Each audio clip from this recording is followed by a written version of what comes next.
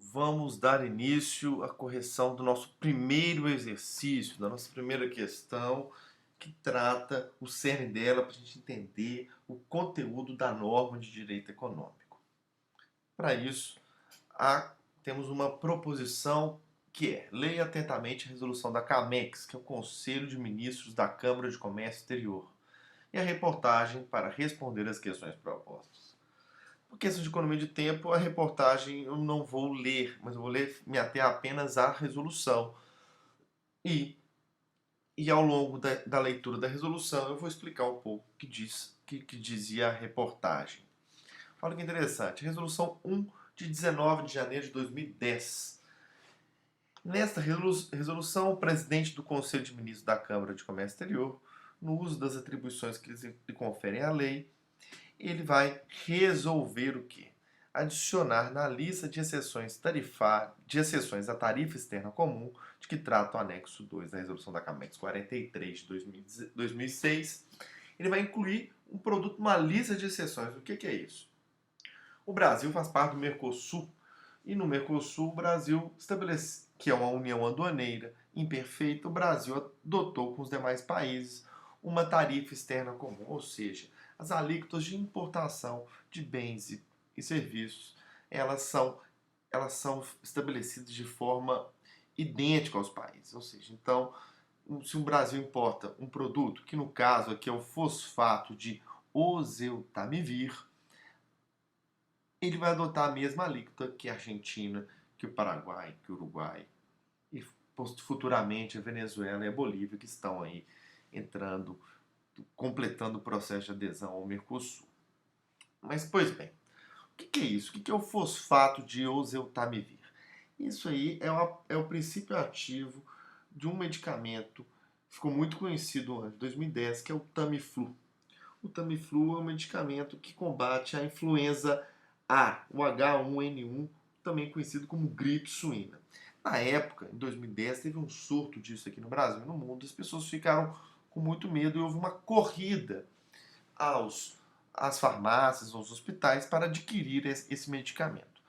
E, pela tarifa externa comum, a TEC do Mercosul, a alíquota de importação de 8%, ou seja, 8% no produto importado. Se for pegar esse valor da alíquota e calculá-lo ao longo da cadeia tributária até chegar ao preço consumidor final, 8% é algo bastante significativo. Então, a CAMEX, que ela tem poder de alterar as tarifas de importação e exportação, reduziu para 0% em 2010, justamente para estimular a importação do princípio ativo do Tamiflu e, por consequência, o Tamiflu. Aí se pergunta se essa resolução da CAMEX pode ser considerada uma norma de direito econômico, fundamentalmente considerando as características da norma e a relação entre oferta e demanda. Olha, sobre a oferta e demanda, é claro que naquela época, em 2010, havia uma demanda muito grande. E por se tratar de um produto farmacêutico, a demanda por ele é inelástica. Ou seja, ela não aumenta pela quantidade de pessoas pelo preço, sim pela quantidade de pessoas doentes. Pela quantidade de pessoas doentes. Então a gente tendo um número de doentes, um número de pessoas com medo de adquirir doenças, querendo se preparar, a norma foi editada. Então temos as características, as 4 principais características da norma de direito econômico. Ela é prospectiva? Claro, por quê? Está pensando no futuro, ou seja, na saúde da população brasileira. Se o Brasil não se preparar, poderia ter colhido efeitos nefastos de uma epidemia ou de uma pandemia de influenza A. Ela é instrumental?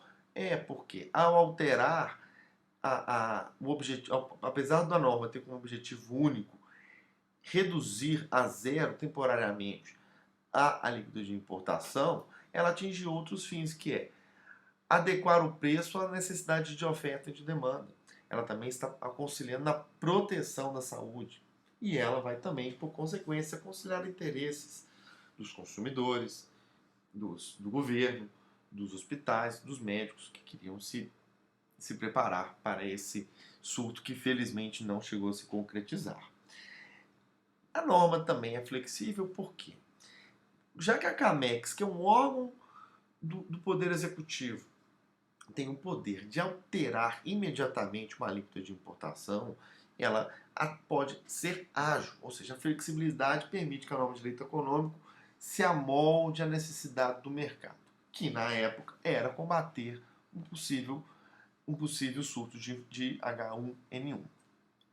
Quais são os sujeitos de direito econômico? Eu já vim falando. Claro que são as farmácias, os hospitais, o sistema único de saúde, o governo, o cidadão.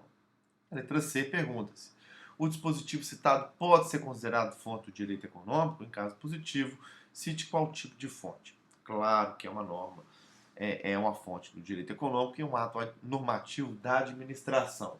Aí, por essa resolução, a gente percebe o poder regulamentador que tem o Poder Executivo, ou seja, o Congresso fixa as leis e os tratados internacionais que vão reger a importação e exportação e suas alíquotas e permite que o Poder Executivo defina pontualmente a alíquota de importação de um produto ou de outro, justamente para atender uma questão situacional do mercado.